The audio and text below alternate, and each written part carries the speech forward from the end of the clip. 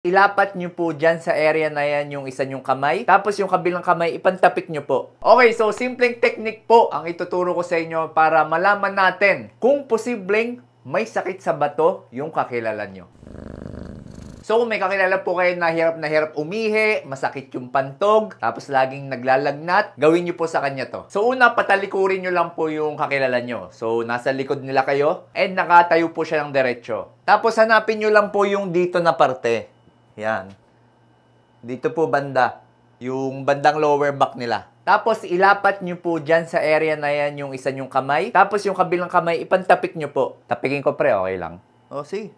Sige, testing ko sa'yo.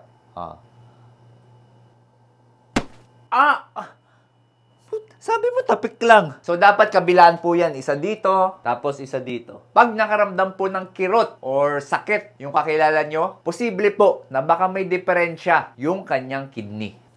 Itong area po kasi na to, yan, yung parang pinaka-last na rib dito sa likod natin. Yung area na yan, dyan po nakalagay kasi yung ating bato. So kapag tinapik po natin yan, tas may naramdaman tayong masakit, baka po may pamamaga, may pagbabara, or kung ano mang diferensya sa bato nila. So kung may kakilala po kayo naglalagnat, hirap na hirap umihi, masakit yung pantog, tapos pagkatapik nyo, sumakit, maganda po kung magpa-check na agad sa doktor.